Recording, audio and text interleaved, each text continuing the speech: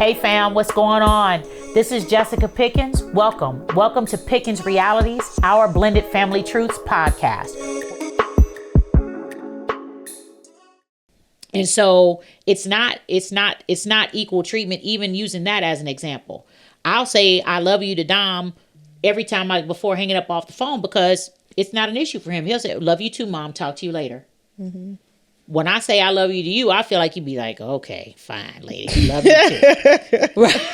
Because you want to know what's crazy about that? It'd be so weird. It's so weird to me, though. Like, how, like, with my kid, I can love on her and kiss on her, but there are times I'll be catching it. There do be times where I'm like, okay, please, like, it's too much. You're literally telling my grandbaby, please give me my space, and I'd be like, she's 3. Child, I'll be listen. She be over, and then the way she be kissing me, she be like, and I don't be having my baby around people doing they stuff. Like, I don't be doing all that. I don't be kicking it. And the way she be kissing me, I'd be like, bro, stop.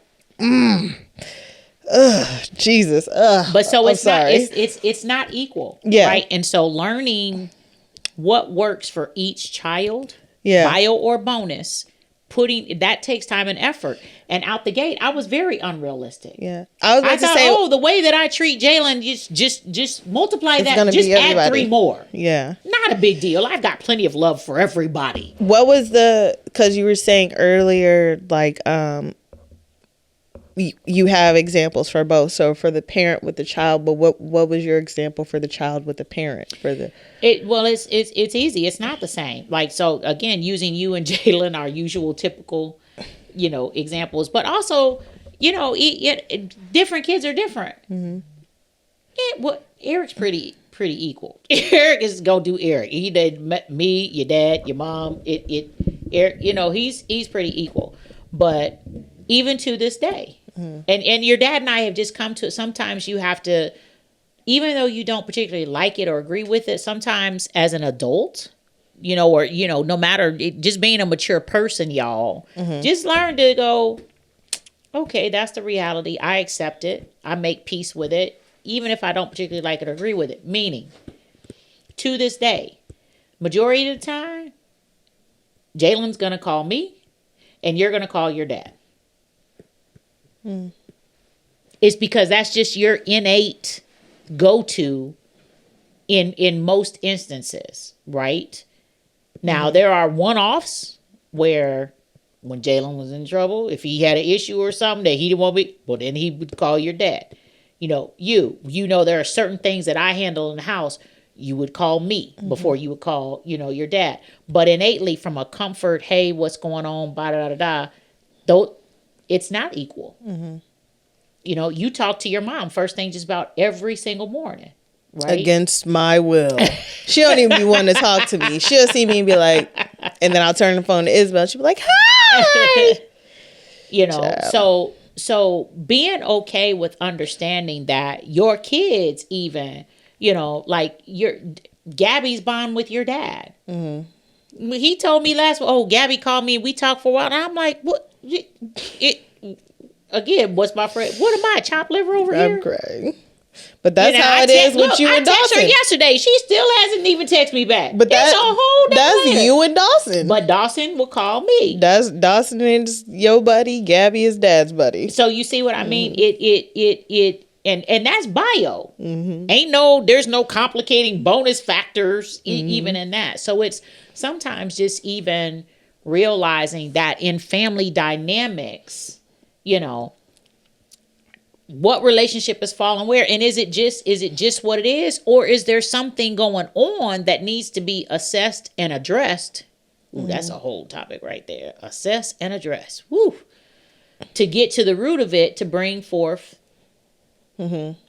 resolve and healing, right? So what do you feel about Dom and Eric? Do you feel like they're pretty neutral? Eric don't talk to nobody. Well, that's true. That's true. Dom barely talks to anybody, but he true. just, now that he's a father, his perspective and his view. He became a dad is 6 seconds ago. No, I know, but he calls more. He communicates more now. Oh, well, yeah. Than, prior to. But in that instance, but I think also, so like your mom also serves in a different role because she reaches out and communicates with them way more regular than we do. Because like for me as the bonus mom, again, we do not run around using these terms. This is for it's clarification. Just mom and mom.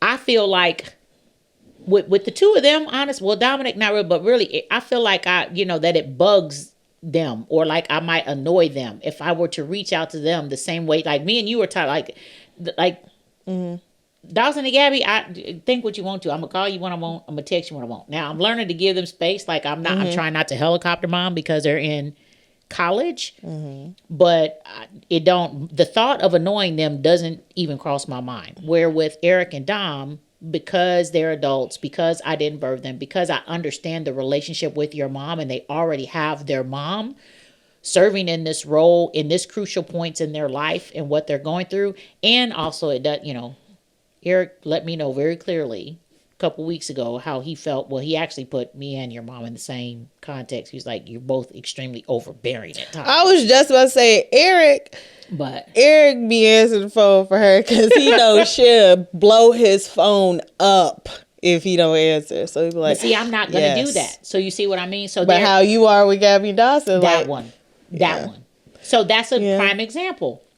That connection and relationship with the bio parent and bio child, where you feel like we got to get Eric on here, man. Which he already said, man, I ain't coming on there. But which so you don't have the pause of reserve because you like don't care. Yeah, where I don't.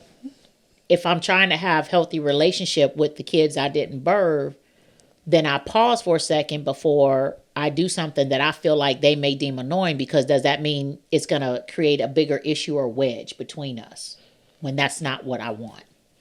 I feel like. So to me, it's not realistic to think that my kids I didn't birth will just, that's just mom. Well, now, I mean, I know, I kind of do with it because we're 22 years in, right? But I'm saying just to our audience and in general, these are things, like for me, these are real things that have run through my head. They didn't in the beginning. And I feel like it caused some issues that I wish I could have avoided. Right. I was about to say, I feel like it's probably just like a situation where from in the beginning, it was that, I don't even want to say the word force. Well, but that's probably actually, how it felt. let me say this first. So, as the mail gets delivered and we're like, what is that? So discipline and parenting role, step parents automatically assume this role. How did it play out? Boom. Right. So I was not losing my thought. I wasn't losing my thought. Okay. So we were talking about, how Eric and them, how they respond. I feel like at first it felt like, because like, oh, you're going to call her mom. This is your mom. This is what it is. Blah, blah, blah, blah. It's like, dang, like we don't even got a choice to see if we actually like this lady. Because what if it happened that we didn't even actually like you, or we felt like you were damaging to, us or whatever, and it was an automatic, you're treating her this way, this is your mom, this is what it is, and if you say anything otherwise, you in trouble, So it's like I feel like for so many years feeling like, and I don't want to say the word forced, because we have our own will and we can say, but I understand what you mean. It's just like feeling forced to do something for so long, and then when you finally get to a place like, okay, I don't gotta respond because I'm grown, I don't live there, I don't gotta be around them, you just lax all the way off. And so the expectation of assuming the role and I'm super mom, here I am, accolades, and then that not happen, I feel like that could be like a very, it can be a villain origin story for sure. Because I can only imagine if I were to get in a relationship and have a stepchild and, you know, their dad is like, yeah, this is your mom. This is how it's going to be. This is who she is.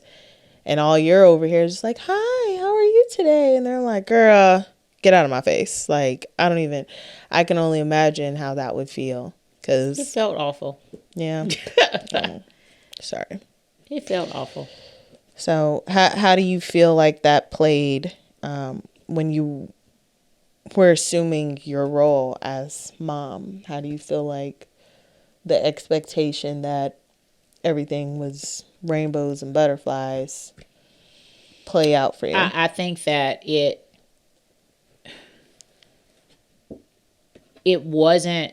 didn't become, because of you all's age, your age really. And again, I'm not trying to intentionally continually hyper focus on you, but in our family situation and dynamic, the main point growing up, again, not that there weren't issues, because again, I've never talked about it with, we've only talked, I take that back. Eric, having conversations with Eric, we've only kind of scratched the surface.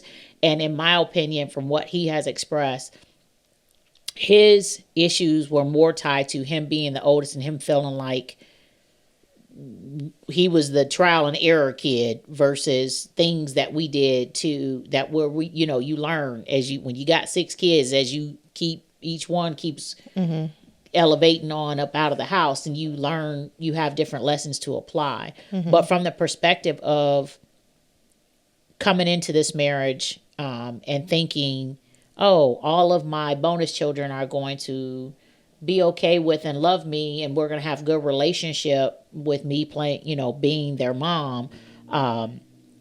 That I had that in one, I was very unrealistic because that was my mindset. Again, unfortunately for you all and us, your dad and I, talking about blended family stuff didn't even exist. It just did not exist, which is another reason why we're doing this podcast and advocating for, and again, your dad and I met at church. Yeah. And obviously blended family, churches marry blended families all day, every day. We talked about this in one of our other episodes with they don't Cheryl. be having blended family. Yeah, but you don't have blended family ministry. You don't have premarital counseling. We did premarital counseling. There was no topic or consideration about, hey, let's talk about, there wasn't a chapter, not a day, not a 15-minute, scenario outside of, and that wasn't even intentional. There was no purposeful, intentional, structured assessment or conversation of, hey, let's talk about, y'all know, what's going on with the co-parents. What's the relationship like with your ex-wife? What's the relationship like with Jaylen's dad? Have each of you, do you all, has there been an interest? There was none of that.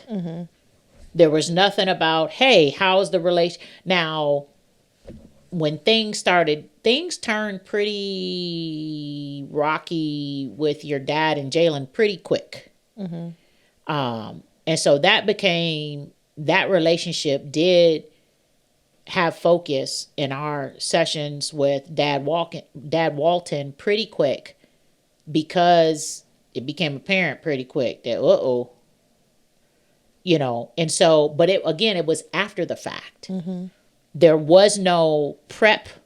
There was no conversation. There was no, whoa, wait a minute. We might need to slow this down and take some time to assess and build relationships before we just jump on in, the 20-foot deep water? Can we wade from 2 feet to 4 to 6 and then start to doggy paddle before we in a full on, you know, butterfly race, you know, in the world of families. And so, the level of reciprocation did not exist in the way that I thought was going to be automatic. From the perspective of me and my relationship with all three of you, my new bonus babies, right? Dom and Eric, I thought was there in a way that now later I learned it really wasn't. They were just doing as they were told, and their character and who they are, they just was like, okay, whatever, you know. And again, for you, because your relationship with your dad was different. You were the baby, the only girl. You had a bond with your dad that, you know, to this day exists, as it should. And you had a lot of other things going on that I was not aware. He was partially aware, but didn't accept, didn't deal with. And so you had these layers of dynamics that then contributed to and informed why you and I struggled, that we never took the time to assess differently and get to the root of at an earlier stage, which could have totally changed things sooner. And we didn't. We didn't, because we were unrealistic. Oh, she's 5. Right. You know what I'm saying? Oh, this is, and just thinking that what you were, without even really asking you in an appropriate way, thinking that the things that we saw were because you were upset about your mom and dad being divorced and not being together. When there was multiple, that was a part when of they it. were the last Thing, on my brain. You see what I mean? Honestly. So all of that was because unrealistic. again, I've never experienced them together. And like that'd be one thing that blows my mind about all of it. I was about to say that'd be my main thing that blows my mind about all of it, because everybody wanted to. You just want mom and dad. They ain't never been together since I've been alive. What are we talking about? I don't care. Well, they were, but you don't remember the but first that's 9 what I'm months saying. of your Since life. I've been alive, I've never seen them together. So why do I care if they're together? But that's not my reality. So this is again why it's so important for adults to sit down and talk through this stuff and think about this stuff and get to the roots of what's going on through having realistic expectations, through talking about appropriate boundaries, through communication. Right. That's what, because I was about to say, like, it's really like, I don't know, because with the whole, you're 5, I think to myself all the time about Nova. I think to myself all the time about, she's 4, about to be 4 basically, and where I was and how I thought and the things I experienced and how I internalized. And, you know, while I stand firm in my beliefs and how people should be doing X, Y, and Z, a couple of weeks ago when I came up to y'all and I just told y'all, like, dang, I hope she don't feel like we're punishing her because we're not picking her up. Like, it'd be really crazy because people expect, as a parent, you expect your child to literally just be that, and their brain thinking about toys and, you know, stuff like that. But I feel like we often miss that kids go through stuff, that kids internalize because they don't know how to communicate yet, that kids react to things like, oh, I'm tired, so now I'm tweaking, now I'm throwing stuff, but I'm tired. You know what I'm saying? So I just feel like at a very, very young age, because I've experienced the things that I've experienced, the expectation that was on me was like so heavy and so unrealistic to be in a place that I wasn't, when no one was like if it just felt like no one even cared to even understand or see or figure out you know? And that'd be crazy. Which brings me to my next thing. I leaned on, a lot of the time, I leaned on my siblings for a sense of, I guess, self-reassurance and comfortability. And a major expectation when people merge their families is that the kids that they have that they're merging together are going to be one big happy sibling group.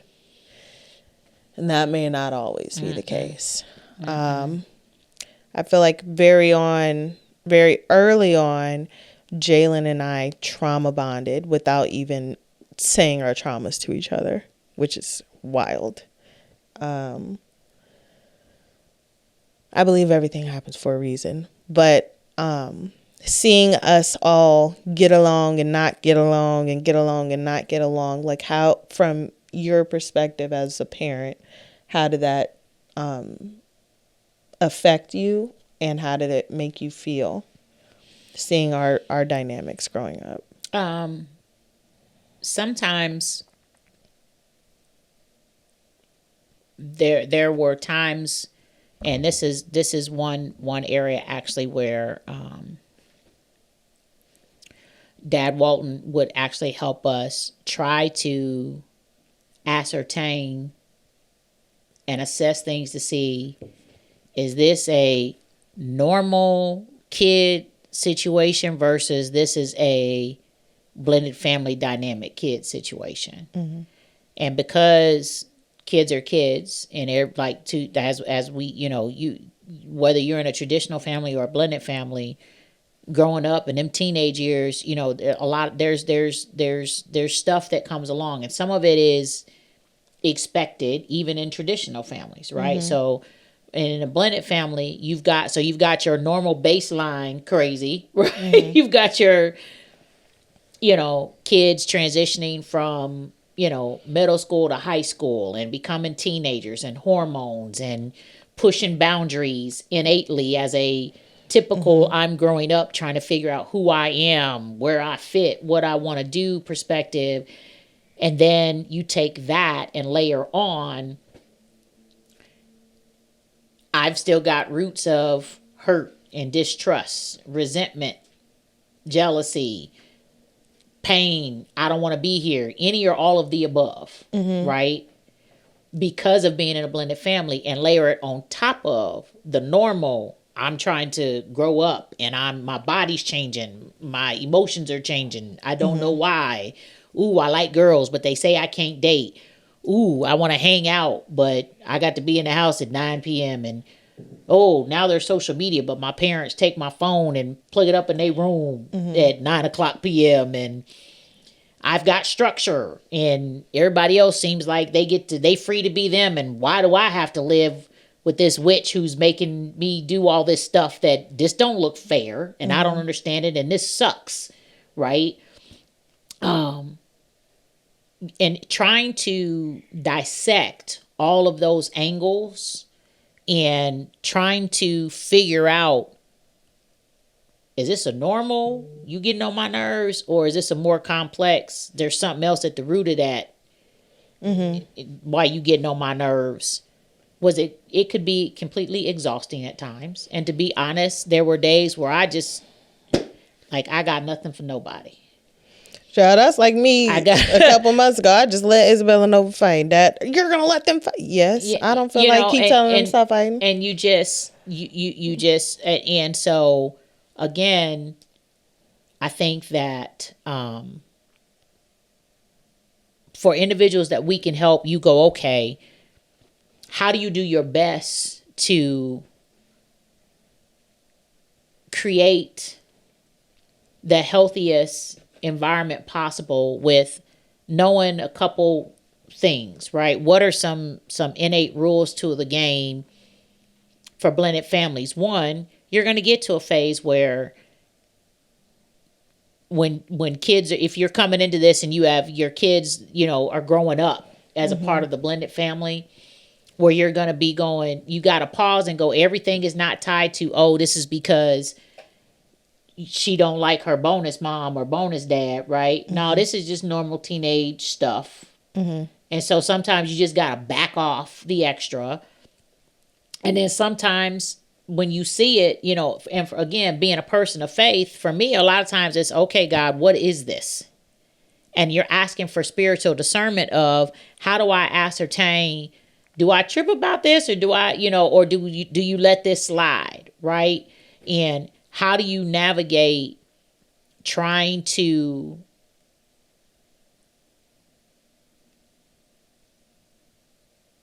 untangle the root of what's going on in a way that doesn't blow everything up? Does that make sense? Yeah.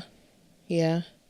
Okay. So, I'm gonna land the plane, but this is the last question. So, fixing the past with the present. How can this expectation create pressure on your family? What's a healthier approach for doing that? How can which expectation? The expectation of fixing the past with the present. What's a healthy approach to be able to do that? Oh, that's a good question. That really is. So you do what we're doing right now. You talk. Yeah, you put the playing cards. You put the cards out on the table, man. Yeah. And you know what? One of get over yourself. Because one of the hardest things to do is to put the mirror in front of your face. But we can easily, we so quickly, it's so easy to judge somebody else and expect everybody else to do something you don't want to do, which is ridiculous. It's ridiculous when you think, like, you got to start with you. Practice what you preach. You have to start with you. Pretty much. And so if I know that I have all these feelings and emotions, and there are times where it is difficult for me as a now 52-year-old woman to manage my emotions, because there are days when I go, this crap is for the birds. Right. Where is my hole in the ground and my little piece on an island where I can fish and live off the land and not have to talk to nobody, deal with nobody, and not be responsible for nothing? If I'm 52 and feel like that, what makes me think that my 18-year-old or my 19-year-old or my 21-year-old or my 30-year-old aren't going through semblances of the same thing? But I expect y'all to have it together and do the right thing and make the right choice all day, every day. When and I say this to your dad often, I'm like, dude, you're upset about something the kids ain't do right, but you over here having a whole conniption fit, and you're a full-fledged middle-aged man. Quit playing with me. I mean, at this point, we're all adults, so. But nonetheless, yeah, I think that number one, you can use the present to fix the past by start with you. Put the mirror in front of your face. Take an account.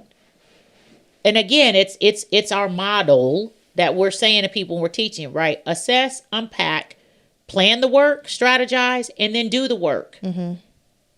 Plan the work and work the plan, right? At the end. But if you don't sit down and assess, where are we as a family?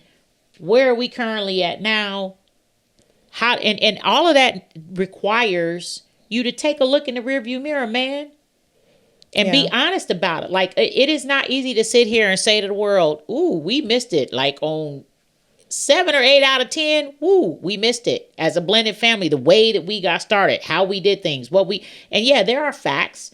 We didn't know. It wasn't talked about, but that's why we're doing this. So we're saying to other people, listen to what we're saying. Y'all think about these things, talk about these things. That's why I'm not worried about yes, we're going to be contributing and creating resources from our perspective, particularly being, a Black blended family, right?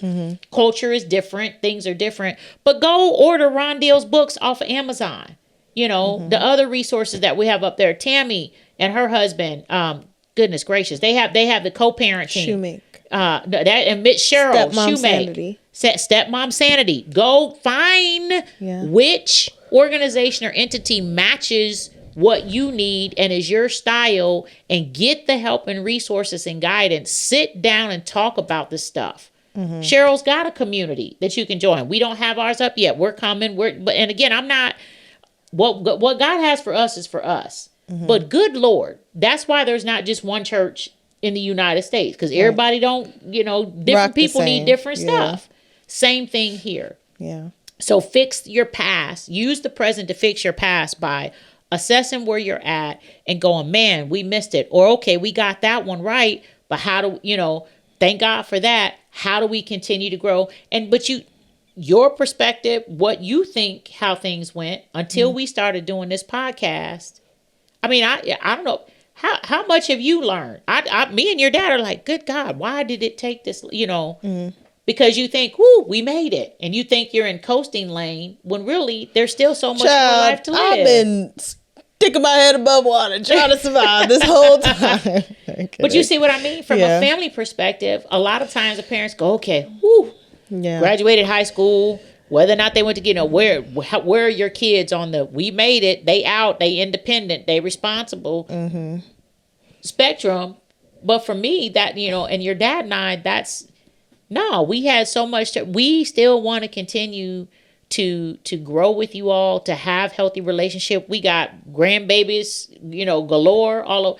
But if we don't have healthy relationship with their parents, how we go? You know what I'm saying? I feel like that's when the real test starts, when your kids start having kids. I feel like that's when the real test of what's been going on, how you've raised them, how your relationship is with them. That I feel like that's when it really starts. I think it's a major. I think that it is the second phase of the real test. I agree, because having to assess and what are your expectations as a parent, and then by the time your kids have kids, depending upon your scenario and whatnot. You then look back and go, man, I missed it with my kid. How can I make up for that? Or how can I help my kid now do better with their kid? Right. And helping your children level set with, you've heard me say it, girl, you got unrealistic expectation. Quit treating Izzy like she's 10, she's 3. And I get you want them to be responsible. You want to, raise them in a certain way, but it's also like, but don't put too much pressure on a child too soon, because it can have other different types of consequences depending upon the angle that's coming from. Does that make sense? Well, that was good. That was good. So let's talk about takeaways. I only really have 2 takeaways. Be realistic with the fact that you got to be realistic with yourself before you expect things from other people. And then the second thing that we say all the time, talk and learn the people you're around. Learn them, talk to them, unpack everything you need to unpack within each individual person, scenario, situation, so that you don't have expectations that are unrealistic for all parties involved. I think that if you're watching this and you're either prepping to be a blended family or you're in a blended family, and it doesn't matter how long, sitting down and having a expectation strategy conversation, meaning what's everybody's expectations for how this is going to work as a family unit. And once you get that information, you may need to pause and take a moment and digest that the reality that your perception can be very different from another family member's, whether it's your spouse or whether it's any of the children. But if you don't talk about this up front and then you get into it and then people decide to silo down and be silent, then you've got a lot of different, there's levels of unrealistic expectations going on in silence, which can be very, very, very dangerous. And we've experienced that too. So sit down, again, put the mirror in front of your own face, start with you, have the conversations, and then level set. And then you have to assess, how do we rein this in and find start with the common ground where everybody can agree on what are some realistic expectations that we can work, that we can either have automatic victory in, or we can work to attain as a family. And then you put a process in place to do that. And be okay, again, y'all, hitting that pause or stop button and taking a few steps back as you level set, reset to fix something that's been identified as an issue that's causing harm to an individual or to the family unit as a whole. And because if it's harming an individual, it's harming the family as a whole, whether you like it or not. So, I mean, I know we could go on and on. Create a safe word when you start having tough conversations. So thank you for tuning in to this episode today of Pickens Realities and Blended Family Truths. Like, comment, share, subscribe, turn our post notifications on, and we'll be back with another video. Peace.